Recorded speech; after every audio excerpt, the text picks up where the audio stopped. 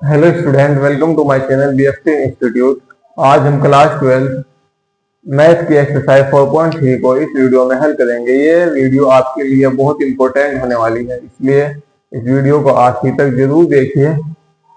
निम्नलिखित सारणिकों के अवयवों के उपसारणिक एवं सहखंड ज्ञात कीजिए। उपसारणिक और सहखंड ज्ञात करने हैं। अगर 2 गुणा 2 का सारणिक दिया हुआ है, इसका उपसारणिक निकालने का जो तरीका है वो अलग है, और अगर 3 गुणा 3 का दिया हुआ है उसका उपसारणिक करने का तरीका अलग है। पहले हम इसका उपसारणिक निकालेंगे। उपसारणिक जितने भी इसके अंदर अवयव है उन सभी का उपसारणिक निकलेगा, यानी कि जब हम इसका उपसारणिक निकालेंगे,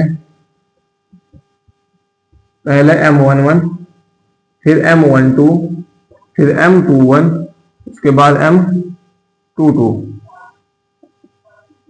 अब इसमें निकालने का तरीका क्या है, क्योंकि ये 2 गुणा 2 का सारणिक है, तो यहाँ M11 यहां से शुरुआत करनी है हमें, M12, M21 और M22, तो ये 3 होगा, M12 0, M21 -4 और M22 2 होगा।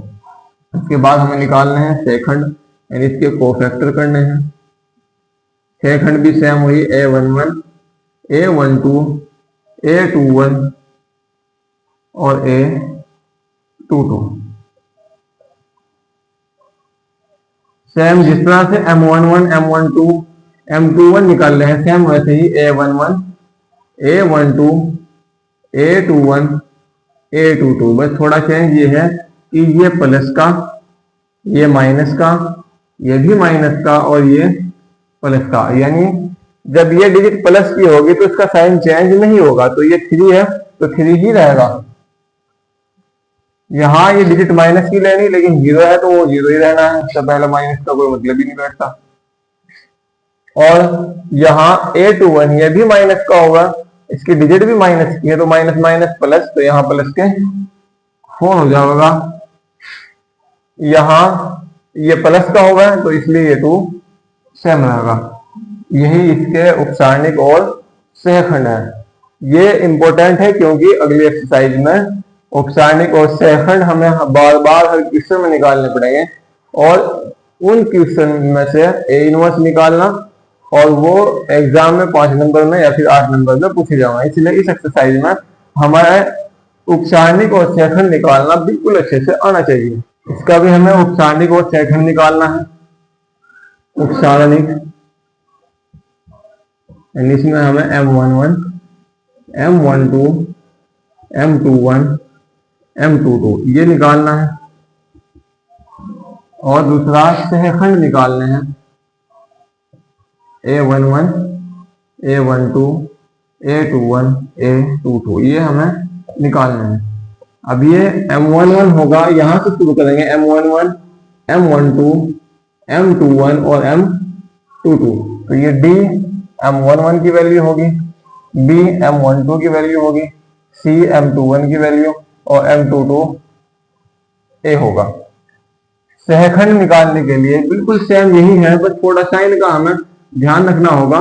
A11 है, A12 है, A21 है और A22 है, बिल्कुल सेम है। ध्यान रखें कि ये A11 प्लस का लिया जाएगा, ये माइनस का, ये भी माइनस का और ये प्लस का। अब जो प्लस का है उसमें साइन चेंज नहीं होगा, और माइनस से साइन चेंज हो जाओगे।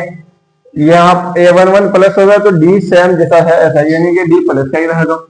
यहाँ B, अब ये माइनस का B हो जाएगा, यहाँ माइनस का C हो जाएगा, और यहाँ प्लस का A ही रहेगा। ये इसके सहखंड। सेकंड का फर्स्ट, इसका सारणिक और सहखंड निकालना है। ये 3 गुणा 3 का सारणिक है, और इसे निकालने का तरीका थोड़ा सा अलग है। इसमें हमें निकालना है M11, M12, क्योंकि इसके अंदर A11, A12, A13, A21, A22, A23, A31, A32, A33 इन सभी का उपसारणिक निकालना होगा। तो हमें पहले M11 का निकालना पड़ेगा, उसके बाद फिर M12 का, फिर M13 का, उसके बाद M21 का, फिर M22 का, उसके बाद 2 के लिए निकालना पड़ेगा, फिर M2 3, उसके बाद फिर M3 1, फिर M3 2 और फिर M3 3। ये सब हमें उपसारणिक निकालने पड़ेंगे।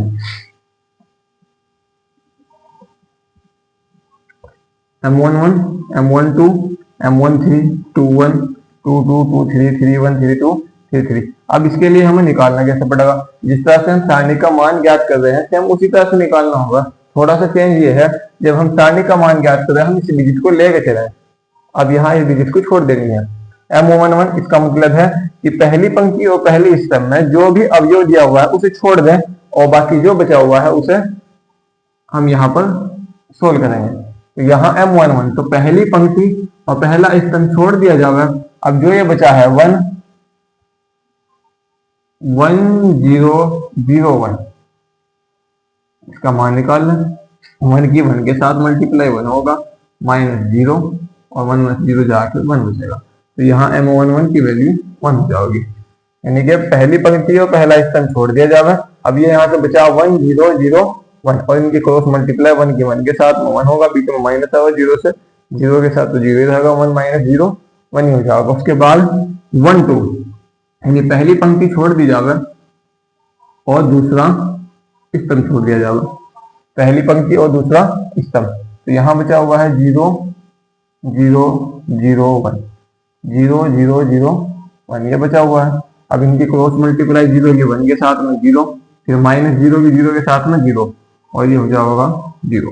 उसके बाद M13 के लिए हमें पहली पंक्ति और तीसरा स्तंभ छोड़ देना पड़ेगा, पहली पंक्ति और तीसरा स्तंभ छोड़ना होगा।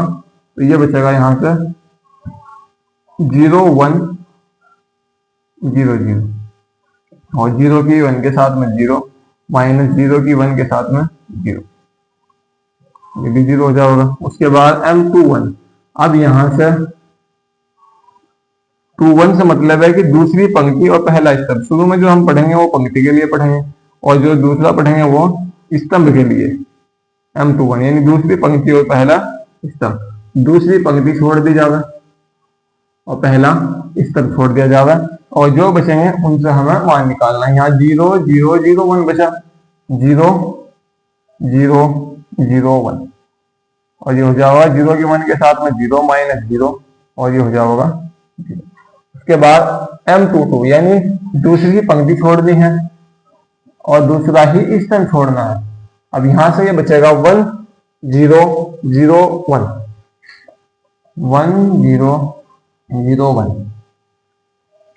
दूसरी पंक्ति छोड़ दी, दूसरा स्तंभ भी छोड़ दिया गया, 1 0 0 1 ये बचे हैं। 1 की 1 के साथ मल्टीप्लाई 1 होगा, -0 की 0 के साथ में 0 हो जाएगा और 1 में से 0 घटाने के बाद में 1 ही बचेगा। उसके बाद 2 3 यानी कि दूसरी पंक्ति छूटनी चाहिए और तीसरा स्तंभ छोड़ दिया जाएगा, यानी ये जो तीसरा स्तंभ है ये छूट जाएगा। यहाँ से बचेगा 1 0 0 0 1 0 0 0 1 की 0 के साथ मल्टीप्लाई 0, फिर 0 की 0 के साथ में 0, तो ये हो जाएगा 0 ही।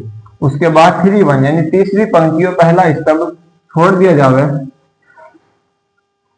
तीसरी पंक्ति और पहला स्तंभ छोड़ दिया जाएगा और ये बचेगा 0 0 1 0 0 0 1 0, 0 की 0 के साथ में 0 हो जाएगा, -1 की 0 के साथ में ये भी 0, तो इक्वल्स टू 0। उसके बाद M32 यानी कि तीसरी पंक्ति और दूसरा स्तंभ यानी ये बीच वाला छूट जाना चाहिए, तो ये बचेगा 1 0 0 0 1 0 0 0 1 की 0 के साथ मल्टीप्लाई करेंगे 0 हो जाएगा, माइनस के 0 और फिर ये भी 0। M33 यानी तीसरी पंक्ति और तीसरा ही स्तंभ छोड़ दिया जाएगा, या हम तीसरी पंक्ति छोड़ देंगे तीसरा स्तंभ, तो ये बचेगा 1 0 0 1 1 0 0 1 1 की 1 के साथ में 1 हो जाएगा, -0 की 0 के साथ में 0 और 1 में से 0 जाके 1 बचेगा।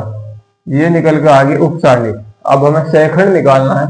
शेखंड निकालने के लिए हम इन्हीं से शेखंड निकाल सके। अगर हमने M11 निकाल रखे हैं हम इसी वजह से शेखंड निकाल सके। ध्यान रहे वो निकाल लेंगे कैसे, ये प्लस का लेना, माइनस का, फिर प्लस का, फिर यानी कि प्लस से शुरुआत करो और यानी कि साइन ही चेंज करने हैं बस सिर्फ, और सारा सेम रहेगा। अगर हमें सेकंड निकालना हो, A11 निकालना होगा, तो यहाँ ये 1 है तो ये प्लस का 1 ही रहेगा। उसके बाद माइनस, ये तो 0 है तो 0 ही रहना है, ये भी 0, यहाँ भी 0 रहेगा। M22 ये 1 ही रहेगा, फिर ये 0 0 0 और यहाँ ये 1 ही रहेगा। यानी जैसे उक्ता निकाय हुए हैं सेम ऐसे ही शेयरखंड भी हमें प्राप्त होंगे। वही A11 निकालने के लिए शेयरखंड में हमें साइन का ध्यान रखना होगा। कैसे? जब हम A11 निकाल लेंगे तो ये प्लस का, ये माइनस, ये प्लस, फिर minus plus minus plus minus plus, ये ध्यान रखें। यानी जब हम A11 के लिए पढ़ेंगे, यानी कि पहली पंक्ति और पहला स्तंभ पढ़ेंगे, तो यहाँ जब हम इसे लेंगे तो यहाँ ये प्लस का ही होना चाहिए। यहाँ से पहली पंक्ति और पहला स्तंभ छोड़ दिया जाएगा तो ये बचेगा 1 0 0 1। ये प्लस का है तो यहाँ ये प्लस का ही रहेगा, और ये हो जाएगा 1 के साथ 1 माइनस के 0 इक्वल्स टू 1। उसके बाद A12 माइनस का होगा तो बाहर माइनस और फिर अंदर, क्योंकि ये दूसरी पंक्ति, पहली पंक्ति और दूसरा स्तंभ, पहली पंक्ति और दूसरा स्तंभ छोड़ दिया जाएगा, तो ये बचेगा 0 0 0 1 0 0 0 1 माइनस बाहर, और यहाँ 0 के 1 के साथ में 0 माइनस की 0, ये तो 0 ही हो जाएगा, माइनस का कोई मतलब ही नहीं होगा। 1 3 ये माइनस था, अब ये प्लस का ही रहेगा। यहाँ अब पहली पंक्ति और तीसरा स्तंभ छोड़ दिया जाएगा और ये बचेगा 0 0 0 1 0 1 0 0 0 के 1 के साथ में 0 माइनस, और 0 के 1 के साथ में ये भी 0 हो जाएगा। उसके बाद A21 यानी कि दूसरी पंक्ति पहला स्तंभ, तो यहाँ ये माइनस का होगा क्योंकि प्लस माइनस प्लस, उसके बाद फिर माइनस, यानी शुरुआत प्लस से करो, फिर एक माइनस एक प्लस एक माइनस एक प्लस। और दूसरा यहाँ ध्यान रखें, अगर इन्हें हम आपस में जोड़ें, जैसे 2 और 1 3, अगर ये जोड़ने के बाद विषम आ रहा है तो उससे पहले हमें माइनस लेना है। जैसे यहाँ 1 और 1 2 ये सम आ रहा है तो हमने प्लस लिया, 1 और 2 3 विषम है तो यहाँ माइनस लिया, 1 और 3 4 प्लस आएगा, 2 और 1 3 विषम है माइनस आएगा। या इस तरह से ध्यान रखें, या फिर इस तरह से कि plus minus plus minus plus minus plus minus plus.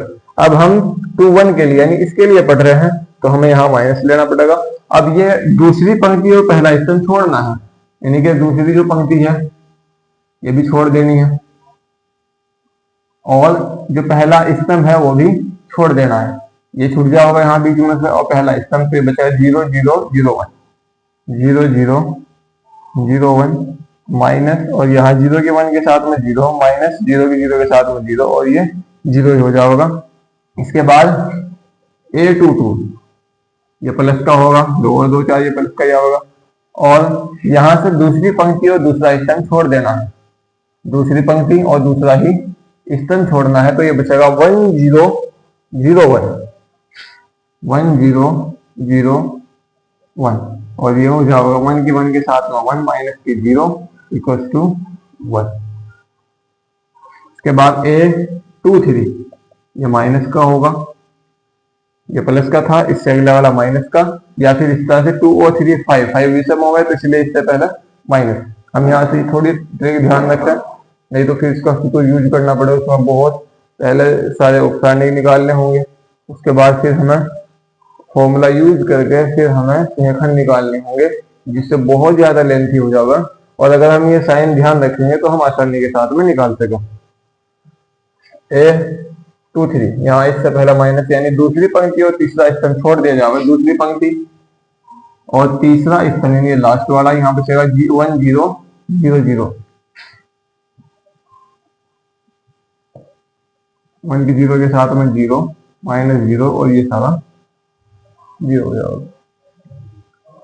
A31 ये प्लस का होगा।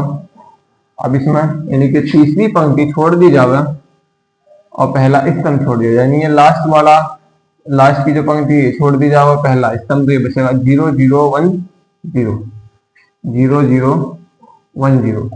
जीरो की जीरो के साथ में जीरो माइनस जीरो की वन के साथ में ये भी जीरो हो जाएगा। उसके बाद ए 3 2, तीसरी पंक्ति और दूसरा स्तंभ छोड़ दिया जाएगा। तीसरी पंक्ति और दूसरा स्तंभ पे बचेगा 1 0 0 0 1 0 0 0 और 1 की जीरो के साथ में जीरो माइनस जीरो और ये जीरो हो जाएगा। उसके बाद ए 3 3 3 2, ये माइनस का होगा और ये आगे प्लस का होगा।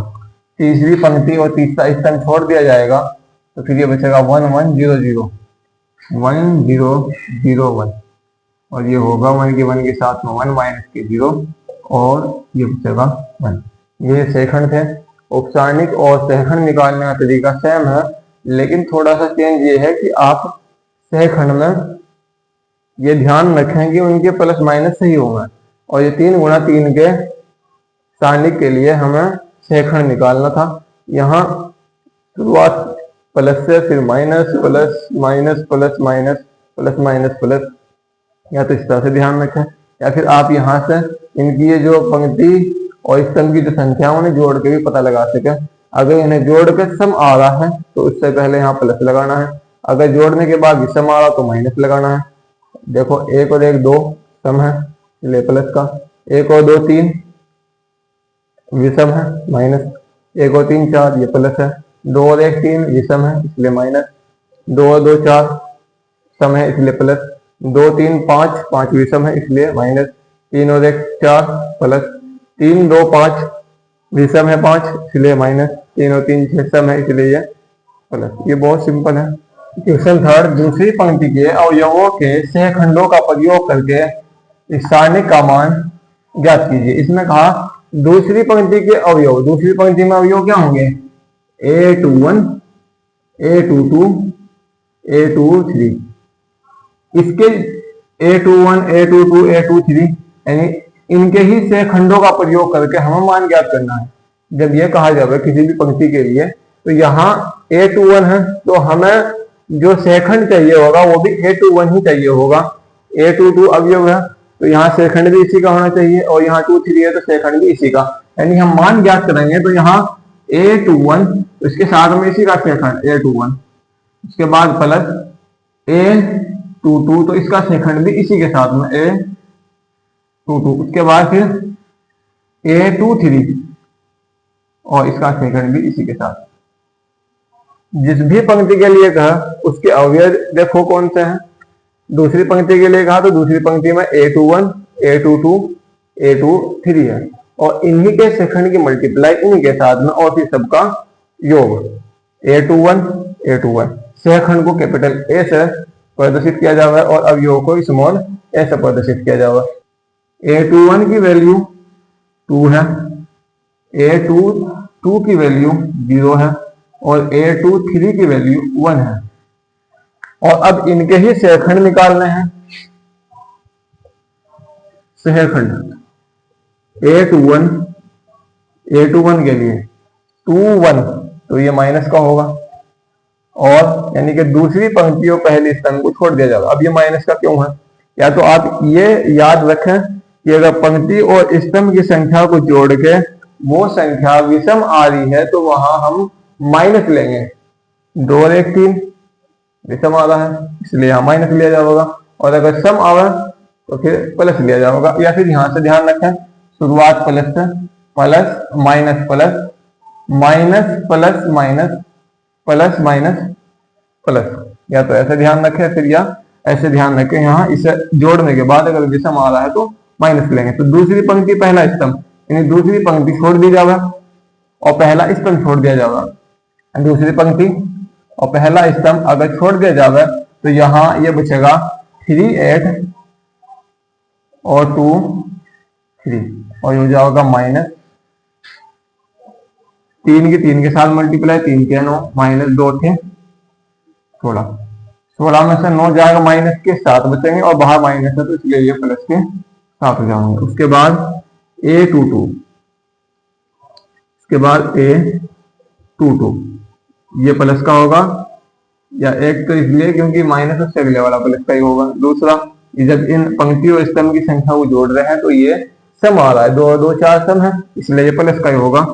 यानी दूसरी पंक्ति और दूसरा स्तंभ छोड़ दिया जावे तो ये बचेगा 5 8 1 3, 5 8 1 3। यहां से 5 किया 15 माइनस 8 एकम 8, इसकी मल्टीप्लाई इसके साथ में और इसकी मल्टीप्लाई इसके साथ में, 5 में से 8 गए 7 बचेंगे। उसके बाद a 2 3, अब 2 और 3 5 होगा तो ये माइनस का, एक माइनस का तो अगला प्लस का, उससे अगला माइनस का।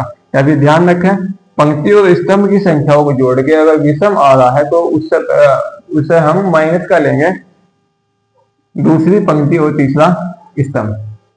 दूसरी पंक्ति छूट जाओगे, तीसरा स्तंभ, तो ये बचेगा 5 3 1 2, 5 3 1 2, बाहर माइनस रखेंगे, 5 दूनी 10 माइनस 1 किया 3, इसके साथ मल्टीप्लाई, बीच में माइनस, फिर 1 की 3 के साथ में, 10 में से 3 जाकर 7 बचेंगे और 1 10 में से 3 जाकर 7 बचेंगे, बाहर माइनस, तो ये माइनस के 7 बचेगा।